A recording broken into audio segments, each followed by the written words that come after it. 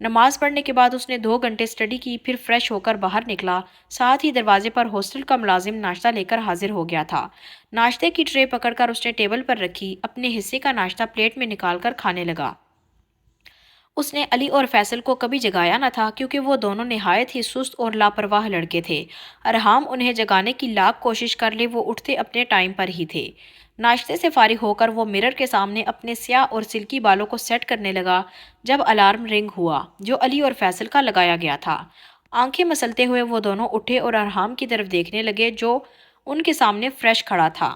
یار ارحام، کیسے کر لیتے ہو تم؟ ہماری تو نیند ہی پوری نہیں ہوتی، علی نے جمائی لیتے ہوئے کہا۔ اب وہ انہیں کیا بتاتا کہ ان دونوں کی طرح اس کے اخراجات اٹھانے والے ماں باپ اس کے پاس نہیں ہیں، پھر وہ کیسے گھوڑے بیچ کر سو جائے؟ آخر اسے اپنی اسٹڈی کمپلیٹ کرنے کے بعد ایک اچھی پوسٹ کی جاب ڈھونڈنا تھی، نہ کہ ان دونوں کی طرح باپ کی کمائی پر عیش کرنا تھی۔ بس شروع سے ہی یہی عادت ہے میری، ارحام نے بے تاثر چہرے سے کہا۔ یار یہ تیری گردن پر کیا ہوا ہے؟ اچانک فیصل کی نظر اس کی گردن پر پڑی اور اس کی بات پر ارحام نے جلدی سے اپنی شرٹ کا کالر ٹھیک کیا۔ جب اس کی طرف سے کوئی جواب نہ آیا تو وہ دونوں شکی نظروں سے اس کی طرف دیکھنے لگے۔ ایسا کچھ بھی نہیں ہے جیسا تم دونوں سوچ رہے ہو، میں ایسا ہرگز نہیں کرنے والا، ارحام نے ان دونوں کا شک دور کرنے کے لیے کہا۔ پھر بتا کیا ہوا ہے گردن پر؟ لڑکی کے ناخنوں کے نشان لگ رہے ہیں، علی نے تجسس سے پوچھا۔ کل مجھ سے زبردستی ریگنگ کروائی گئی تھی، بس اسی کے نتیجے میں یہ حال ہوا، ارحام نے کہا تو علی اور فیصل کا کہا کمرے میں گونجا، جس پر ارحام نے ان دونوں کو گھوری سے نوازا۔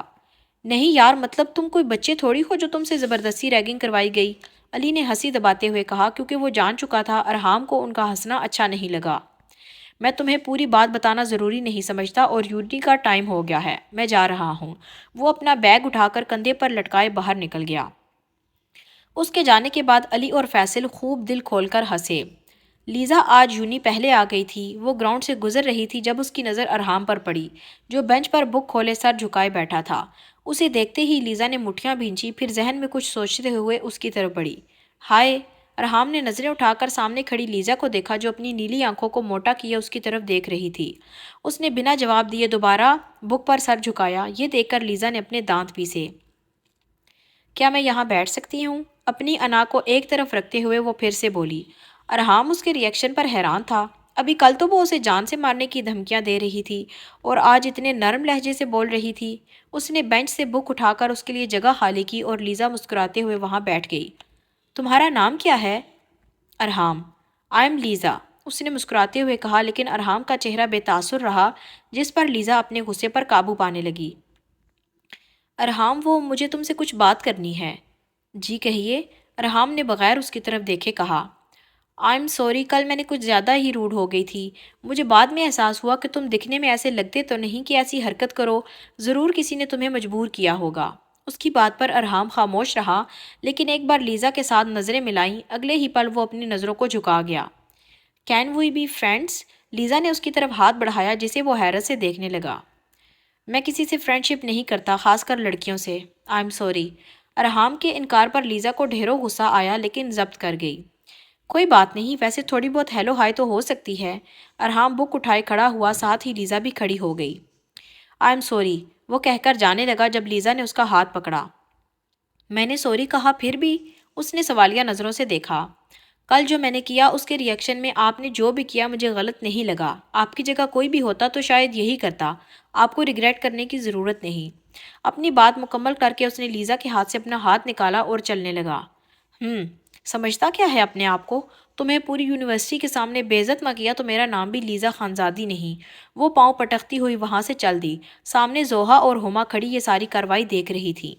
لیزا، یہ کیا کر رہی تھی تم؟ زوہا نے پریشانی سے پوچھا کیونکہ وہ جانتی تھی لیزا اپنا بدلہ ضرور لے گی۔ تم دونوں کب آئیں؟ وہ مسکرائی۔ بس کچھ دیر پہلے ہی آئے ہیں، لیکن تم اس لڑکے کے ساتھ کیا کر رہی تھی؟ ہما نے حیرت سے پوچھا۔ کچھ نہیں، میں بس اس سے بدلہ لینے کا موقع ڈھونڈ رہی ہوں۔ لیزا، خدا کا واسطہ ہے نہ کرو، مجھے تو وہ نہایت ہی شریف اور اچھا لڑکا لگ رہا ہے، زوہا نے کہا۔ تو تمہیں کیا ہے؟ تمہارا کون سا رشتہ دار ہے؟ میں بس اس سے بدلہ لے کر رہوں گی۔ تم دونوں اگر میری فرینڈز ہو تو میرا ساتھ ضرور دو گی۔ فرینڈ شپ کی بات پر زوہا نے ہتھیار پھینکے اور اس بات میں سر ہلایا۔ لیزا مسکراتی ہوئی کلاس روم کی طرف بڑھی، ساتھ زوہا اور ہما بھی چلنے لگیں۔ نہیں کروں گی میں یہ شادی، وہ حلق کے بل چلاتی ہوئی لاؤنج کی ہر چیز توڑ رہی تھی۔ نہیں کروں گی، سنا تم سب نے؟ اس نے فش کیبنٹ کو دھکیلا تو ایک زوردار آواز سے کیبنٹ زمین پر گر کر کچیوں میں تبدیل ہو گیا۔ پورے فرش پر پانی پھیل چکا تھا، رنگ برنگی چھوٹی چھوٹی مچھلیاں پانی کے بغیر تڑپنے لگیں۔ جو لوگ اس کا رشتہ لینے آئے تھے وہ منہ کھولے کھڑے ہو کر اپنے سامنے کھڑی لڑکی کو دیکھ رہے تھے۔ جاؤ! وہ حلق کے بل چلائی تھی۔ ہیلو صاحب جی، جلدی آ جائیں، بی بی جی نے پورا گھر سر پر اٹھا رکھا ہے اور وہ رشتہ کروانے والے بھی آئے ہوئے ہیں۔ ملازم نے لاؤنج سے باہر نکل کر جلدی سے کال ملائی۔ واٹ؟ وہ تو 1 گھنٹہ بعد آنے والے تھے، میر فارس چلایا۔ میر فارس پاکستان کے سب سے بڑے اسمگلر میں سے اس کا نام پہلے نمبر پر آتا تھا۔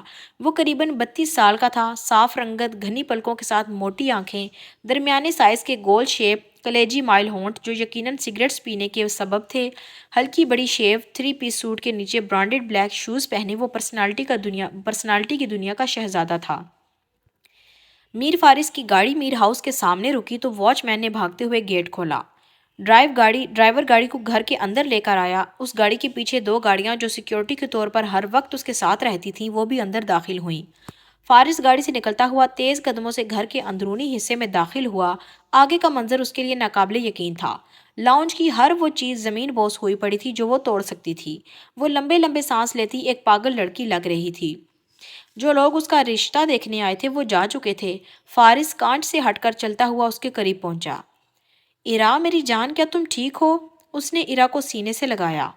ایرا میر فارس کی چھوٹی بہن جو 21 سال کی تھی، دکھنے میں وہ نازک اور خوبصورت لڑکی تھی، لیکن اس کے غصے سے گھر کا ایک ایک نوکر کانوں کو ہاتھ لگاتا تھا۔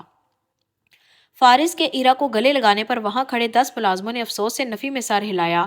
ان کے مطابق فارس نے ایرا کو زیادہ ہی چھوٹ دے رکھی تھی۔ اس کا جو جی چاہتا تھا وہ کرتی تھی۔ فارس اسے 1-2 بار پیار سے سمجھاتا، کبھی کبھار وہ اس کی بات مان لیتی، اور جب وہ اپنی ضد پر اڑ جاتی تو وہ کام کر کے رہتی۔ اس کی ضد سے تو میر فارس بھی ہتھیار ڈال دیتا تھا۔ وہ ایرا کو لیے اس کے کمرے میں داخل ہوا۔ ایرا میری بچی، کیوں کر رہی ہو ایسے؟ ایک نہ ایک دن شادی تو تمہیں کرنی ہی ہے نا؟ فارس اس کی شادی میں جلدی اس لیے کر رہا تھا کیونکہ اس کا کام ایسا تھا جس میں اسے دشمنوں اور پولیس کا خدشہ رہتا تھا، اس لیے وہ زیادہ عرصے تک ایرا کو اپنے ساتھ رکھ کر اسے کسی قسم کا نقصان پہنچنے سے ڈرتا تھا۔ بھائی، اگر آپ کو میری شادی کی اتنی ہی جلدی ہے تو ڈھونڈے آریان کو، مجھے نہیں کرنی کسی اور سے شادی۔ وہ آنکھوں سے آنسو نکالتی ہوئی بولی جنہیں فارس کی انگلیوں نے چن لیا۔ میری جان، وہ نہ جانے کون تھا، نہ تمہارے پاس اس کی تصویر ہے نہ اس کا اتا پتہ، یہاں تک کہ تمہیں تو اس کا پورا نام بھی نہیں معلوم۔ اب تم ہی بتاؤ میں اسے کیسے ڈھونڈوں؟ اس نے ایرا کو پیار سے سمجھایا۔ بھائی آپ کوشش کریں، میرا دل کہتا ہے وہ مل جائے گا، میں اس کے علاوہ کسی سے شادی نہیں کروں گی۔ فارس اپنی بہن کو روتا دیکھ کر دل برداشتہ ہوا کیونکہ ایرا کو آج سے 5 سال پہلے فارس کے کچھ دشمن اغوا کر کے لے گئے تھے۔ اس کی زندگی اور عزت بچانے والا لڑکا آریان تھا جس کے بارے میں ایرا اس کے نام کے سوا کچھ نہیں جانتی تھی۔ پہلے 2 سال تک ایرا نے آریان کو ڈھونڈنے کے لیے پورا کراچی چھان مارا تھا لیکن وہ اسے کہیں نہیں ملا۔ فارس دن بدن اپنی بہن کی بے چینی کو بڑھتا ہوا دیکھ رہا تھا۔ اس نے ایرا سے اس کی وجہ پوچھی۔ کچھ دن تک ایرا نے کچھ نہ بتایا، پھر فارس کے اصرار پر ایرا نے اسے آریان کے بارے میں بتا دیا۔ فارس نے اپنی پہنچ کے ذریعے پورے کراچی میں آریان نام کی ہر لڑکی کی تصاویر نکلوا کر ایرا کو دکھائیں، لیکن ان میں سے ایک بھی وہ آریان نہ تھا جو اس دن ایرا سے ملا تھا۔ میں کیسے کوشش کروں، اب تم ہی بتاؤ۔ کیا کچھ نہیں کیا میں نے اسے ڈھونڈنے کے لیے، لیکن وہ کہیں نہیں ملا۔ میرے بچے، بھول جاؤ اسے۔ نہیں بھول سکتی میں اسے بھائی، وہ پھر سے روتے ہوئے چلائی۔ فارس میر کے سامنے اگر کوئی اونچی آواز میں بات کر سکتا تھا تو وہ واحد ایرا تھی۔ اچھا تم پریشان مت ہو، میں کچھ کرتا ہوں، اوکے؟ فارس نے اسے نارمل کرنے کے لیے جلدی سے حامی بھری۔ وہ لمبے لمبے سانس لینے لگی۔ اس نے اسے کندھوں سے پکڑ کر بیڈ پر بٹھایا۔ لیٹ جاؤ، کچھ دیر ریسٹ کر لو۔ اس نے ایرا کو لٹا کر اس کے اوپر کمفرٹر ڈالا۔ اپنے روم میں آ کر وہ بیڈ پر بیٹھا اور 2 انگلیوں سے اپنی پیشانی مسلنے لگا۔ ایرا کی وجہ سے وہ اکثر پریشان رہتا تھا۔ اس نے اپنی بہن کی وجہ سے آج تک شادی نہ کروائی تھی۔ اسے ڈر تھا شادی کے بعد ایرا کے لیے اس کے پیار میں کمی نہ آ جائے، اور دوسرا یہ کہ جتنا وہ ایرا سے پیار کرتا ہے، اس کا خیال رکھتا ہے، اس کی زندگی میں آنے والی لڑکی ایرا سے حسد نہ کرنے لگ جائے۔ آج اس نے شریف گھرانے کے لوگ بلوائے تاکہ ایرا سکون کی زندگی گزار سکے، کیونکہ جیسا اس کا کام تھا اس کی دنیا میں سکون نہ تھا۔ اب وہ اپنی بہن کی جلد از جلد شادی کر دینا چاہتا تھا۔ فری پیریڈ میں لیزا زوہا اور ہما کے ساتھ کینٹین میں آئی۔ آج کیا کھانا ہے؟ زوہا نے پوچھا۔ میرا تو پیزا کھانے کا موڈ ہو رہا ہے، ہما فٹ سے بولی۔ چلو پھر لے کے آؤ، لیزا نے ہما سے کہا۔ میرے ساتھ کون آئے گا لیزا، تم ہی آ جاؤ، ہما چیئر سے کھڑی ہوئی۔ نہیں میرا موڈ نہیں ہے زوہا، تم چلی جاؤ ہما کے ساتھ۔ کیا یار لیزا تم بھی نہ۔ زوہا ابھی اٹھی ہی تھی جب لیزا کی نظر کیبن کے پاس کھڑے ارحام پر پڑی۔ رکو رکو میں جاؤں گی، لیزا تیزی سے بولی تو زوہا اور ہما شاکڈ ہوئیں۔ کیا ہو گیا؟ ابھی تو کہہ رہی تھی نہیں جانا، اب کیا دیکھ لیا جو فٹ سے ریڈی ہو گئی؟ زوہا نے گھوری سے نوازتے ہوئے کہا۔ ہاں دیکھ تو لیا ہے، لیزا چہرے پہ مسکراہٹ سجائے اٹھی۔ کیا؟ زوہا اور ہما ایک ساتھ بولی۔ وہ دیکھو، لیزا نے ارحام کی طرف اشارہ کیا جسے دیکھ کر زوہا نے نفی میں سر ہلایا۔ نہ کرو یار لیزا، بخش دو بیچارے کو، مجھے تو بہت معصوم لگ رہا ہے۔ زوہا التجائیہ بولی۔ کیا تم ہر وقت اس کی طرف داری کرتی رہتی ہو؟ میں نے پہلے بھی کہا ہے کہ تم میری دوست ہو اور تمہیں صرف میرا ساتھ دینا ہوگا، لیزا اسے گھورتے ہوئے بولی جس پر زوہا خاموش ہو گئی۔ پھر وہ اکیلی کیبن کی طرف بڑھ گئی۔ ہما تم کیوں کچھ نہیں بولتی؟ زوہا نے کہا۔ میں کیا بولوں یار، تمہیں معلوم تو ہے کہ لیزا ایک بار جو ٹھان لے وہ کر کے رہتی ہے۔ وہ کندھے اچکاتے ہوئے چیئر پر بیٹھی۔ مجھے ایک پیزا چاہیے، وہ کیبن کے پاس جا کر بولی۔ ارحام اس کی آواز کو پہچان گیا تھا لیکن جان بوجھ کر اس کی طرف نہیں دیکھا۔ یہ بات لیزا کو کھٹکنے لگی کہ وہ اسے اگنور کر رہا ہے۔ ارحام، آخر اس نے خود ہی اسے مخاطب کر لیا۔ ارحام نے خاموش نظروں سے اس کی طرف دیکھا۔ ہماری کمپنی جوائن کرو گے؟ لیزا نے اپنے ٹیبل کی طرف اشارہ کیا۔ ارحام نے وہاں دیکھے بغیر نفی میں سر ہلایا۔ سوری۔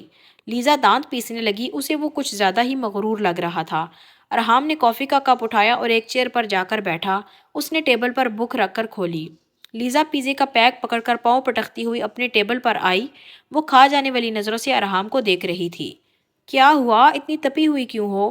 ہما نے پوچھا۔ یار یہ لڑکا اپنے آپ کو پتہ نہیں کیا سمجھتا ہے، کوئی شہزادہ نہیں ہے یہ، اور اس کا ایٹیٹیوڈ تو دیکھو ذرا، وہ چبا چبا کر بولی۔ شہزادہ تو نہیں ہے لیکن شہزادے سے کم بھی نہیں ہے، زوہا دانتوں تلے لب لیتی ہوئی بولی۔ اچھا جی، اتنا ہی ہینڈسم لگتا ہے تو پروپوز کیوں نہیں کر دیتی اسے؟ لیزا اسے گھورتے ہوئے بولی۔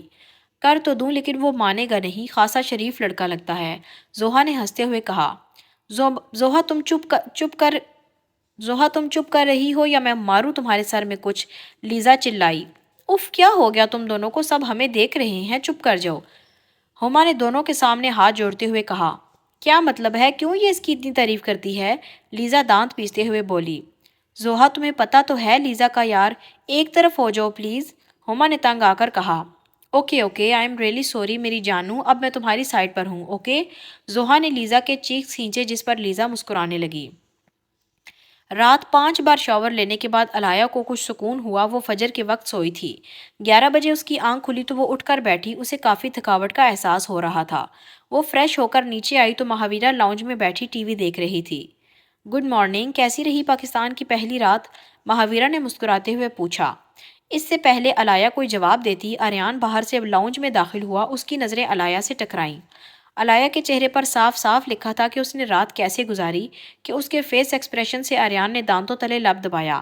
آریان کو دیکھ کر الایا کو یوں لگا جیسے دال میں کچھ کالا ہے۔ کیا ہوا الایا بیٹا؟ مہاویرا نے سکتے میں کھڑی الایا سے پوچھا۔ جی کچھ نہیں آنٹ، رات اچھی گزر گئی، اس نے کہا تو آریان نے اپنی ہنسی دبائی۔ تمہیں کس خوشی میں ہنسی آ رہی ہے؟ مہاویرا نے آریان کو گھوری سے نوازتے ہوئے پوچھا۔ کچھ نہیں موم، موبائل پر فنی ویڈیوز دیکھ رہا ہوں، اس نے فٹ سے جھوٹ بولا۔ الایا تم سو رہی تھی تو میں نے تمہیں جگانا مناسب نہیں سمجھا، ہم سب نے ناشتہ کر لیا ہے اور تمہارا ناشتہ میں لگوا دیتی ہوں۔ اچھا کیا آپ نے نہیں جگایا، ابھی ہی تو سوئی تھی الایا، آریان شرارت بھرے لہجے سے بولا۔ کیا مطلب ہے تمہارا؟ مہاویرا کو حیرت ہوئی۔